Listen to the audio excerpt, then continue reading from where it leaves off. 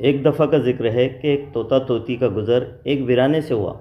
वीरानी देखकर तोती ने तोते से कहा, किस कदर वीरान गाँव है। तोते ने कहा, लगता है यहाँ किसी उल्लू का गुज़र हुआ है। जिस वक्त तोता तोती बातें कर रहे थे, ऐन उसी वक्त एक उल्लू भी वहाँ से गुज़र रहा था। उसने तोते की बात सुनी और वहाँ रुककर उनसे मुखातिब होकर बोला, तुम लोग इस गांव में मुसाफिर लगते हो। आज रात तुम लोग मेरे मेहमान बन जाओ, मेरे साथ खाना खाओ। उल्लू की मोहब्बत भरी दावत से तोते का जोड़ा इनकार न कर सका और उन्होंने उल्लू की दावत कबूल कर ली।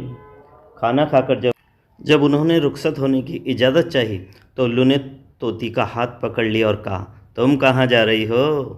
तोती परेशान होकर बोली, ये कोई पूछने की बात है, मैं अपने खाविंद के साथ वापस जा रही हूँ। उल्लू ये सुनकर हंसा और कहा, ये तुम क्या कह रही हो, जबकि तुम तो मेरी बीवी हो। इस पर तोता तोती उल्लू पर झपट पड़ी और गर्मा गर्मी शुरू हो गई।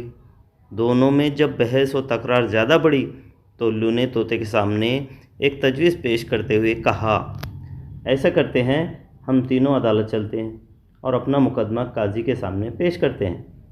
काजी जो फैसला करे वो हमें कबूल होगा। उल्लू की तजवीज़ पर तोता और तोती मान गए और तीनों काजी की अदालत में पेश हुए।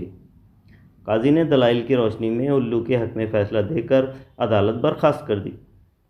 तोता इस बेइंसाफ़ी पर रोता हुआ चल दिया तो उल्लू ने उसे आवाज़ दी, भाई अकेले कहाँ जाते हो, अपनी बीवी को तो साथ लेते जाओ। तोते ने हैरानी से उल्लू की तरफ देखा और बोला, अब क्यों मेरे ज़ख्मों पर नमक छिड़कते हो, ये अब मेरी बीवी कहाँ है, अदालत ने तो इसे तुम्हारी बीवी करार दे दिया है। उल्लू तोते की बात सुनकर नरमी से बोला, नहीं दोस्त, ये तोती मेरी नहीं बल्कि तुम्हारी ही बीवी है। मैं तुम्हें सिर्फ ये बताना चाहता हूँ कि बस्तियाँ उल्लू वीरान नहीं करते, बस्तियाँ तब वीरान होती है जब इनसे इंसाफ उठ जाता है।